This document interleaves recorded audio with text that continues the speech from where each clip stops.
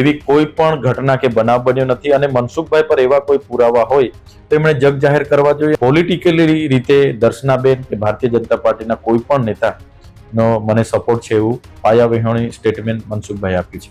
મનસુખ વસાવા અને દર્શના દેશમુખ બાદ હવે ચૈતર વસાવાએ પણ એ નિવેદન આપ્યું છે.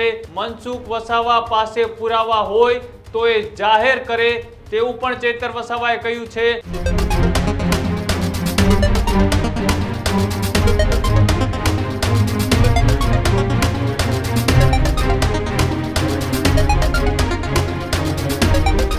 સમાચારોમાં આગળ વાત કરીએ દક્ષિણ ગુજરાતની રાજનીતિ એ ચરમસીમા પર પહોંચી રહી છે. એક બાદ એક શાબ્દિક પ્રહારો એકબીજા પર કરવામાં આવી રહ્યા છે.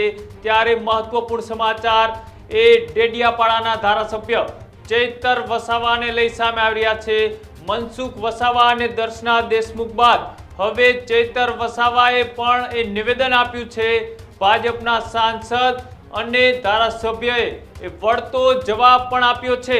આ મહત્વપૂર્ણ સમાચાર ભાજપના નેતાઓ ચૈતર વસાવાને સમર્થન કરતા એ આરોપ જે લગાડવામાં આવ્યા હતા સાંસદ દ્વારા અને સાંસદ અને જવાબદાર નેતા તરીકે પાયા વિહોણું નિવેદન આપ્યું હોવાની વાત એ ચૈતર વસાવાએ કરી છે. મનસુખ વસાવા પાસે પુરાવા હોય તો એ જાહેર કરે તેવું પણ ચૈતર વસાવાએ કહ્યું છે. અનેક વખત મનસુખ વસાવાએ પણ મને સમર્થન આપ્યું હોવાની વાત એ ચૈતર વસાવાએ કરી છે. આ જ રીતના એ દક્ષિણ ગુજરાતના રાજકારણમાં એક બાદ એક નિવેદનો આવતા રાજકારણ એ ચરમસીમા પર પહોંચ્યું છે. ચૈતર વસાવા અને મનસુખ વસાવા આમને સામને નિવેદનો જે કરી રહ્યા છે તેની વચ્ચે મનસુખ વસાવાએ એ પોતાની જ પાર્ટી એટલે કે ભારતીય જનતા પાર્ટીના કેટલાક ધારાસભ્યોને ચૈતર વસાવાના સમર્થક પણ ગણ્યા છે. ખુલ્લેઆમ તેમના નામ સાથે તેમને નિવેદન પણ આપ્યું છે.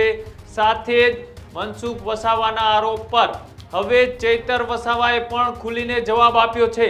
ચૈતર વસાવાએ પણ જે રીતના નામ સાથે એ મનસુખ વસાવાનો પણ વળતો જવાબ આપતા તેમને શું કહ્યું છે આવો તે પણ સાંભળીએ. ચેતરભાઈ, મનસુખભાઈ આજે એક સીધો આરોપ જે ધારાસભ્ય દર્શનાબેન દેશમુખના બાબતે કર્યો કે ચૈતર વસાવા અને દર્શનાબેન દેશમુખ એટલે કે ભાજપના કેટલાક નેતાઓ છે એ ચૈતરભાઈને સપોર્ટ કરે છે કારણ કે મનસુખભાઈ વસાવા હતા. આ બાબતે તમે શું કહેશો? મનસુખભાઈએ જે આજે મીડિયા સમક્ષ સ્ટેટમેન્ટ આપ્યું છે એક સાંસદ તરીકે એક જવાબદાર વ્યક્તિ તરીકે આ પાયા વિહોણી વાતો એમણે કરી છે. દર્શનાબેન એ ભારતીય જનતા પાર્ટીના ધારાસભ્ય છે અને મને મદદ કરી હોય કે બીજા એમના નેતાઓએ મને મદદ કરી હોય એવી કોઈ પણ ઘટના કે બનાવ બન્યો નથી અને મનસુખભાઈ પર એવા કોઈ પુરાવા હોય તો એમણે જગ જાહેર કરવા જોઈએ અને પાર્ટીને ધ્યાન પર લાવવું જોઈએ જેથી પાર્ટી પણ એમના પર કાર્યવાહી કરી શકે. પણ આવી કોઈ પણ બાબતો દર્શનાબેન કે બીજા કોઈ ભાજપના નેતા સાથે બેસીને અમારે થયું નથી. અને તમે જોયું હશે કે જિલ્લા સંકલનમાં અમારા પ્રશ્નો હોય એ પ્રજાના હિતના પ્રશ્નો હોય છે. ઘણીવાર મારા પ્રશ્નોમાં મનસુખભાઈ વસાવા પણ અમને સમર્થન કરતા હોય છે. એ પ્રકારે દર્શનાબેનના પ્રશ્નોમાં હું પણ સમર્થન કરતો હોઉં છું અને મારા પ્રશ્નોમાં એ લોકો પણ સમર્થન આપતા હોય છે. પણ તે જનતાના હિતના પ્રશ્નોની વાત હોય ત્યારે અમે બધા એક અધિકારીઓને સાથે રહીને રજૂઆત કરતા હોય છે. પણ પોલિટિકલી રીતે દર્શનાબેન કે ભારતીય જનતા પાર્ટીના કોઈ પણ નેતાનો મને સપોર્ટ છે એવું પાયાવિહોણી સ્ટેટમેન્ટ મનસુખભાઈ આપ્યું છે. ચૈતરભાઈની યાત્રા એક નાટક છે એવું મનસુખભાઈ કહે છે. આજે મનસુખભાઈનું જે ગામ જુનારાજ ખાતે જે રોડની બનાવવા માટેની પદયાત્રા અમે યોજી હતી ત્યારે આ રોડ મંજૂર થયો 2018માં. બાદમાં એનું કામ ચાલુ થયું 23-24માં પણ ફોરેસ્ટના અધિકારીઓ જ્યારે બંધ કરાવી દીધો ત્યારે ફોરેસ્ટના અધિકારીઓ બંધ કરાવીને આજે વર્ષથી પણ ઉપર સમય થઈ ગયો અને હું જ્યારે જુનારાજમાં ગયો ત્યાંના લોકોએ મને રજૂઆત કરી ત્યારે આજે જુનારાજના લોકોને સાથે રાખીને અમે ડીસીએ નર્મદાને આવેદનપત્ર આપ્યું છે. આ કોઈ નાટકબાજી નથી. મનસુખભાઈને એટલી ચિંતા હોય તો એમની સરકાર છે દિન 15માં ચાલુ કરી દેશે તો અમને એનાથી સંતોષ થશે. પણ મનસુખભાઈ આટલા સમય સુધી એક પણ દિવસે આ રસ્તાની બાબત એમણે મૂકી નથી. અમે અગાઉ પણ જિલ્લા સંકલનમાં દિશા મોનિટરિંગમાં વાત મૂકી હતી અને ચર્ચા કરી હતી.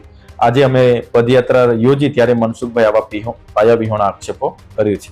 મનસુખભાઈનો આરોપ એવો છે ચિત્તરભાઈ કે ચિત્તરભાઈ જે છે એ ભાજપના લોકો સપોર્ટ કરે છે. સાથે સાથે જે કેસ થયા છે એ કેસને લઈને કે જે ઘટના બની છે તેને લઈને કેસ થયા છે કે જે ચૈતરભાઈ આરોપ કરે છે કે મનસુખભાઈએ જે આ કેસ કરાયા છે, મનસુખભાઈ દબાણ કરીને ચૈતર વસાવાને ટ્વીટ કરવા માંગે છે, એ આરોપ ખોટા છે એવું મનસુખભાઈ.